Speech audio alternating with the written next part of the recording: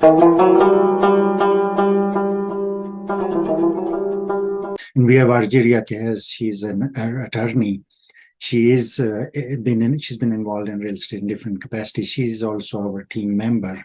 She has been buying. It's interesting that we were talking about buying buying a house for her, and you will hear about her moving down south.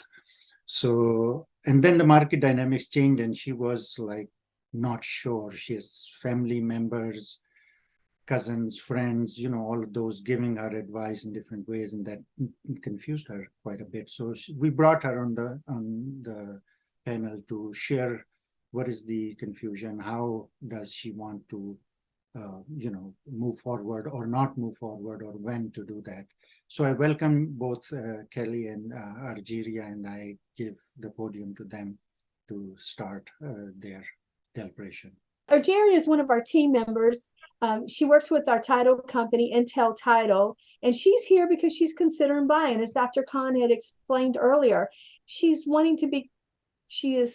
considering being closer to her corporate team. But when her and I started discussing the home buying process, she had some concerns. And I thought, what a great opportunity, because her concerns are probably the same concerns as many other people will have for their real estate and mortgage professionals. So let's get started. Argeria, thank you so much for joining today and sharing your concerns with all of us so that we can address these concerns and help other home buyers. Thank you, Kelly, for having me, and Dr. Khan for having me as well. As you stated, I do have quite a few concerns. I'm an attorney in New York, and I am working with IntelliTitle as well. But I do have concerns about buying a home. Especially now with the rising mortgage rates and rising interest rates. I was wondering, what does that mean for me and others as a new home buyer? Think about the rising interest rates. When you are paying rent, you're really paying 100% interest because you're absolutely getting zero return on your money. I mean, think about, even if your rent is just $1,000 a month, you're taking that $1,000, you might as well just open the window and throw it out there. The only benefit you're getting from paying rent and paying 100% rent, mortgage, interest, is that you have a roof over your head. Think about that. But it's not your home. Every year rentals go up. Think about how much you paid in rent 10 years ago. If you had a mortgage payment, it would be fixed. Think about that. It would be fixed. And then you would be actually building wealth right now today in this market. You're right. It goes up 5% at minimum every year. So my next question was, should I wait until mortgage rates drop again before buying a home? You mentioned earlier before they were fluctuating 10%, 16%, 6%, 3%. Should I wait until they drop again to 3%?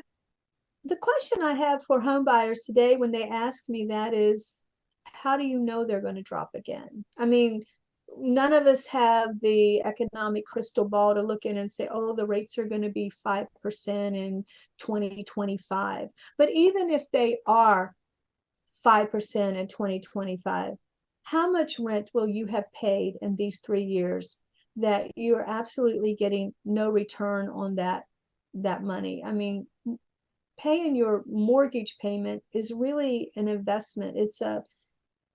Let me ask you this question. How many wealthy people do you know rent? Our current economic climate, or even here in America, the difference between the wealthy and the poor, really, it has a direct relationship to home ownership.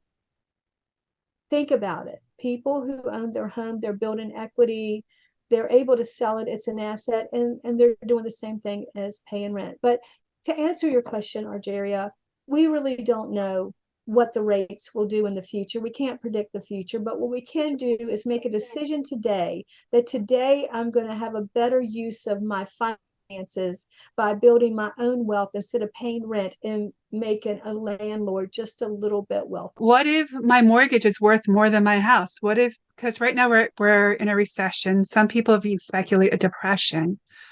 What if the value of my property drops below the value of my mortgage? What happens then? Two things I'd like you to consider. First is 401ks drop, but you leave it in there for the long haul. And that is the benefit of the 401k. That is the first thing. The second thing is tell me any house, think about any house that sold 5 years ago or even 10 years ago. Are any of them worth less today than they were 5 or 10 years ago? Think about, your mother's house payment, or, how much did they actually pay for that house? Think about people that have owned their home for 10 years. I mean, that's a good question for someone that doesn't understand that real estate appreciates. Our cars and personal property depreciates. So regardless of if the price of the house $5,000 from the time you bought, in a couple years, it's going to be worth a whole lot more than that $5,000. It's not going to be a big enough drop. And there's a lack of currently there's a lack of inventory. So the prices are not going to drop, maybe a little here and there, but really not enough to even notice that. I mean, from my perspective. Kelly, I have a follow-up question to what Argeria asked. I mean, information is plenty. People are very smart now. They're very cell phone savvy, or they can look up information on the internet. How to use that information has been a challenge even for real estate professionals.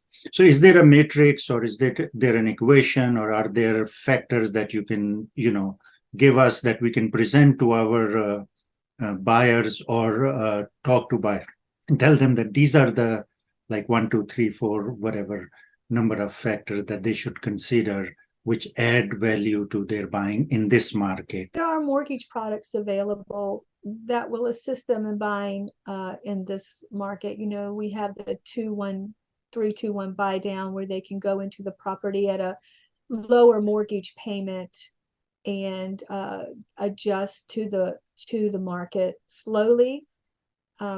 There's mortgage products available now that weren't available. People really get creative in economic downturns to generate more business. So there's more mortgage products available. You need a roof over your head. So buying a house is just not only is it wise, but it is also a financial investment. As I explained to Argeria, the rents are going to go up where your mortgage payment will be fixed. And every year that you're there, life is going to get easier for you, and you're building wealth. The second thing is there are tax write-offs. Currently, I mean, there's no guarantee they're going to continue, but there are tax write-offs. You can write off the interest on your house. And number 3, housing prices are going to continue to climb.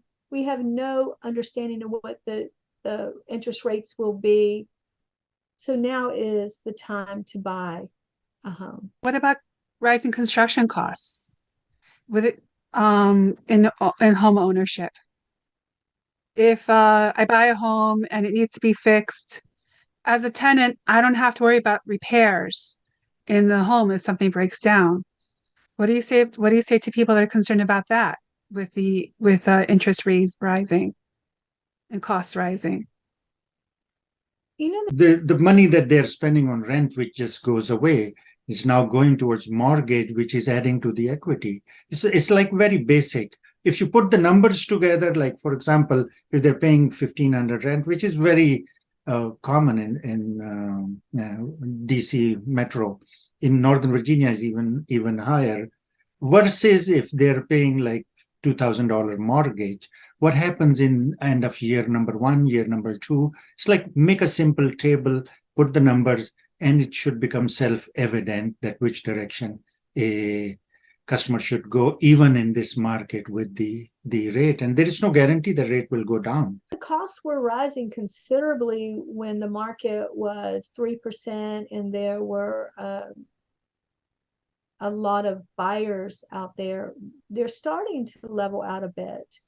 But with the 2-1 buy down mortgage product, Jerry, I'm going to give you an example. Your mortgage payment year one would be like $1,620. I'm talking about a $350,000 property with maybe 10% down, and your credit score is like 700. Your mortgage payment would be $1,620. We can, there's a buy down product. You're saving like $650 a month in mortgage payments. So you're getting the 2000 January 2022 interest rate 3.75 your first year. You could save all of that money for, if you need it to handle repairs or something like that.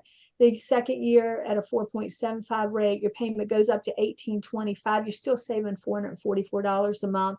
Year 3 at 5.75, your mortgage payment's $2,042. And I'm talking about $350,000 house. In years 4 through 30, your payment's $2,270. But think about the rent you've saved in those 4 years at your current rental. Think about the money you've saved with this mortgage product of a 2-1 buy down. I mean, this should kind of, move a potential home buyer that's deciding, is it a good time to buy or not?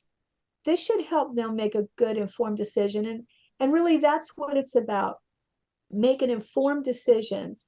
And your clients working with realtors and finding a realtor and a mortgage professional that has integrity and knowledge. That's really important. That's the most important thing at this time. Yeah, thank you, Kelly. That was really informative.